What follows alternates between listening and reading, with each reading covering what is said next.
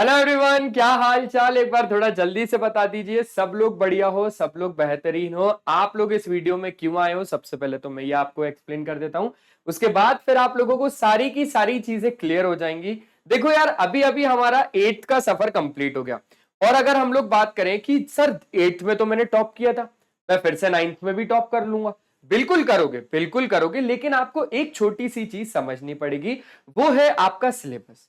तो आज की इस वीडियो में मैं आप लोगों को ये बताऊंगा कि आप लोग को कौन कौन सी चीजें पढ़नी है, आप लोगों को इस बार सिलेबस में क्या क्या है। वरना अगर हम लोग सारा सब कुछ पढ़ लेंगे, किसी बच्चे के पास पुरानी एनसीईआरटी है, किसी बच्चे के पास न्यू एनसीईआरटी है, तो सर कौन से टॉपिक्स हम लोगों को पढ़ने हैं, स्कूल में क्या क्या पढ़ाया जाएगा, तो वो सारी चीजें मैं आपको इसी वीडियो के अंदर बताऊंगा। तो हम लोग सीधा का सीधा यहां पर आ जाते हैं और शुरू करते हैं भाई आज का कंटेंट का काम। ठीक है, तो कंटेंट में सर हमारे पास जैसे कि सबसे पहला चैप्टर, अगर मैं मैथ्स की बात करूं, तो जो सबसे पहला चैप्टर आपको मिलेगा वो मिलेगा आपको नंबर सिस्टम। अब इस नंबर सिस्टम में आप लोगों के कौन कौन से टॉपिक्स आएंगे, क्योंकि सर क्लास 8 की बात करें ना, तो सर मस्त बढ़िया वाला सिलेबस था, आसान वाला सिलेबस था, और हमने उसको पूरा अच्छे तरीके से किया। लेकिन बेटा एक बात अच्छे से समझना, जो क्लास 9th है थोड़ी बहुत आपको टफ लगेगी। टफ क्यों? क्योंकि क्लास 8th के कंपैरिजन में अगर हम बात करें तो क्लास 9th थोड़ी सी हाँ है। आपको उसके लिए पूरा गाइडेंस दिया जाएगा। अगर आप लोग वेदांतु को अच्छे तरीके से फॉलो करोगे ना, तो आपको प्रॉपर गाइडेंस दिया जाएगा, उसकी टेंशन बिल्कुल भी नहीं है। ये तो आप लोग भी जानते हो ना दिल से। चल, तो यहां पर अगर हम लोग बात करें बेटा, यूनिट 1 में आपको नंबर सिस्टम मिल जाएगा। अब नंबर सिस्टम के अंदर कौन कौन से टॉपिक्स हमको पढ़ने हैं। अगर किसी बच्चे के पास पुरानी एनसीईआरटी है तो उसको भी निकाल लो, किसी बच्चे के पास नई एनसीईआरटी है तो उसको भी निकाल लो। ये नई एनसीईआरटी के हिसाब से, मतलब अगर आप लोग अभी जाओगे मार्केट में और नई एनसीईआरटी लेके आओगे ना, तो आपको ये सारे रैशनलाइज सिलेबस मिल जाएंगे। ठीक है, मतलब क्या, डिलीटेड वाला उसने अलग कर दिया, और डिलीटेड भी आप ही की कृपा से हुआ है भाई। कोविड भाई साहब, याद करो याद करो। हाँ सर याद है, बिल्कुल अच्छे से याद है। तो बस उसी में आपको क्या मिल जाएगा, इंट्रोडक्शन मिल जाएगा। ठीक है, इरैशनल नंबर मिल जाएगा आपको real number and decimal expansion मिल जाएगा, आपको ऑपरेशंस ऑन रियल नंबर मिल जाएगा, laws of exponent for real numbers मिल जाएगा, और यहां पर आपको क्या मिल जाएगा मेरे दोस्त, समरी मिल जाएगी। तो यहां पर ये सारी चीजों को आपको पढ़ना है chapter number 1, that is your number system में।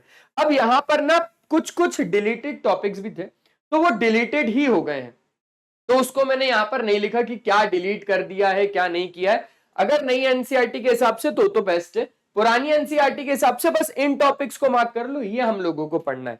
फिर अगर हम लोग बेटा बात करें तो पॉलिनोमियल्स के अंदर क्या क्या पढ़ना है सर, तो भैया इंट्रोडक्शन की बात कर लेंगे, पॉलिनोमियल्स इन वन वेरिएबल की बात करेंगे, zero of a polynomial, factorisation of polynomials, algebraic identities और समरी। सर एल्जेब्रिक आइडेंटिटीज मैंने 8th में पढ़ा है, बिल्कुल जो आप लोगों ने 8th में पढ़ा होगा, सिंपल सी बात है, थोड़ा बहुत उसका इस्तेमाल तो 9th में भी होगा, और जो 9th में पढ़ोगे उसका इस्तेमाल 10th में होगा, और जो 10th में पढ़ोगे फिर तो समझ गए सर 11th 12th 13 14 15 16 17 कॉलेज भी ऐसे ही कर रहे हैं। ठीक है, तो ये सारी चीजें आप लोगों को आ गई होंगी, है ना। चलिए, बहुत शानदार। अब बेटा अगर हम बात करें कोऑर्डिनेट ज्योमेट्री, जो कि एक बहुत ही ज्यादा आसान सा चैप्टर है, इसमें कुछ नहीं पढ़ना, बस इंट्रोडक्शन, कार्टेशियन सिस्टम और समरी, बस खत्म। ठीक है, चलिए आगे की बात करते हैं, लीनियर इक्वेशंस इन टू वेरिएबल। अभी छोटी क्लासेस में आप लोगों ने linear equation in one variable पढ़ा होगा, है ना। फिर आप लोगों ने linear equation in two variables यहां पर पढ़ लोगे।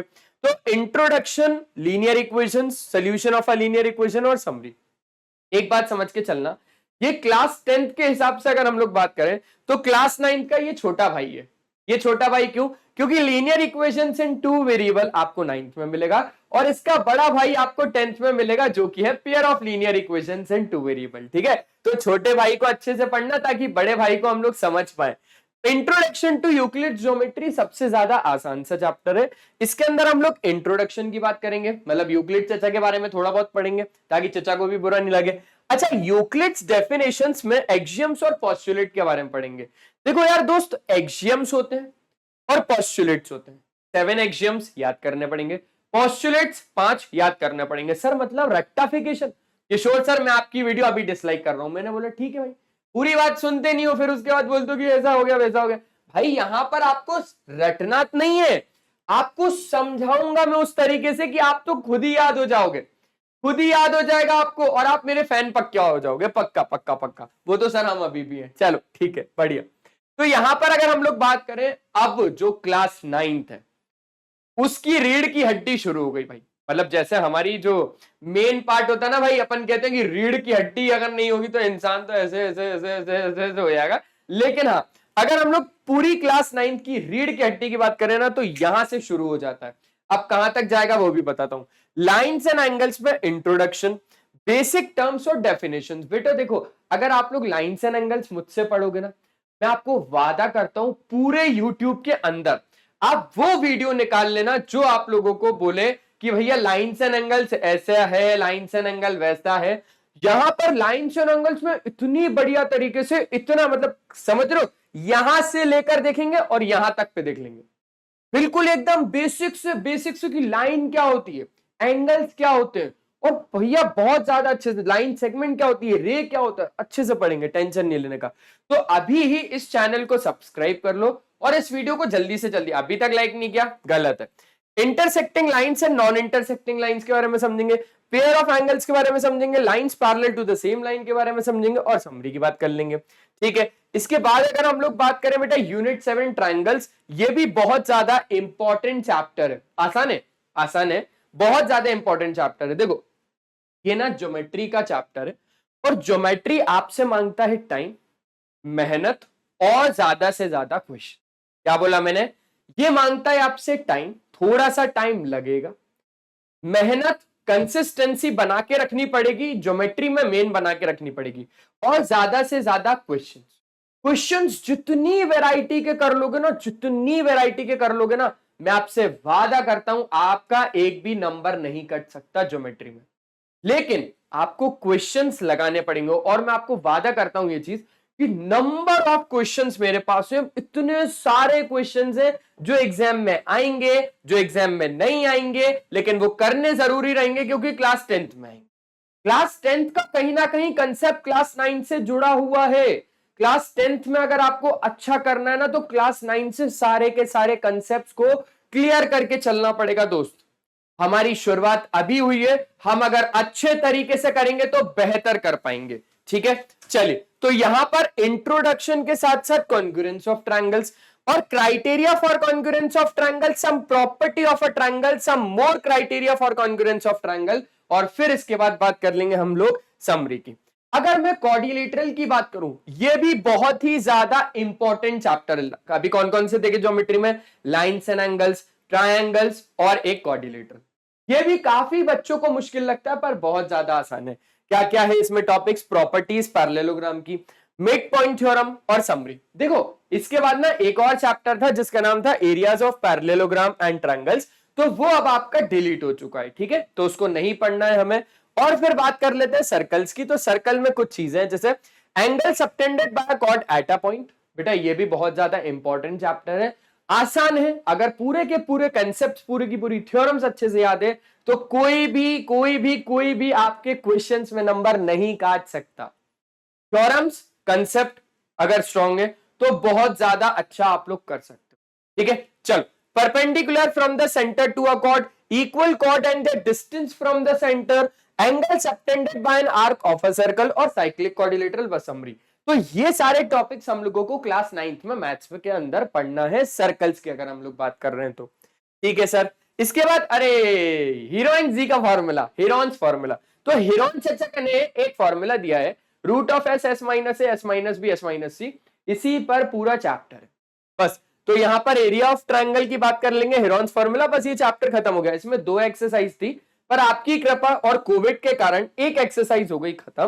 तो यहां पर एक ही एक्सरसाइज बची है, एक ही टॉपिक बचा हुआ, उसको करना है। अगर हम लोग बात करें बेटा सरफेस एरियाज एंड वॉल्यूम्स की, तो इसमें सबसे इंपॉर्टेंट जो चीज होती है ना, काफी बच्चों को ये काफी ज्यादा डिफिकल्ट लगता है। भाई डिफिकल्ट नहीं है, आपको 2 चीजें आनी चाहिए इस चैप्टर को अगर अच्छे से करना है तो। एक है फॉर्मूला और दूसरा है कैलकुलेशंस में बहुत ज्यादा स्ट्रांग होना।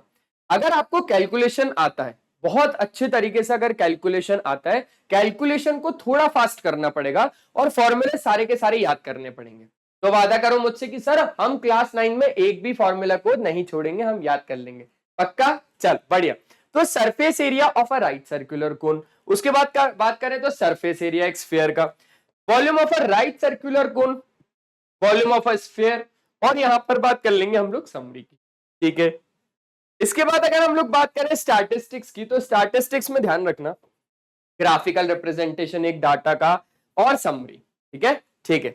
तो बस आज हम लोगों को बात करनी थी इतने ही चैप्टर्स की। तो अगर हम लोग बात करें टोटल नंबर ऑफ चैप्टर्स कितने हैं, तो टोटल नंबर ऑफ चैप्टर्स आपके पास है 12, ठीक है। तो बस आज के इस सेशन में सिर्फ और सिर्फ इतना ही था। मिलते हैं हम लोग नेक्स्ट सेशन में, तब तक के लिए बाय बाय, अपना ध्यान रखें। और हमेशा की तरह एक ही चीज बोलूंगा, वो ध्यान रखना कि पढ़ाई करते रहो, क्योंकि वो बहुत ज्यादा जरूरी है। Bye bye.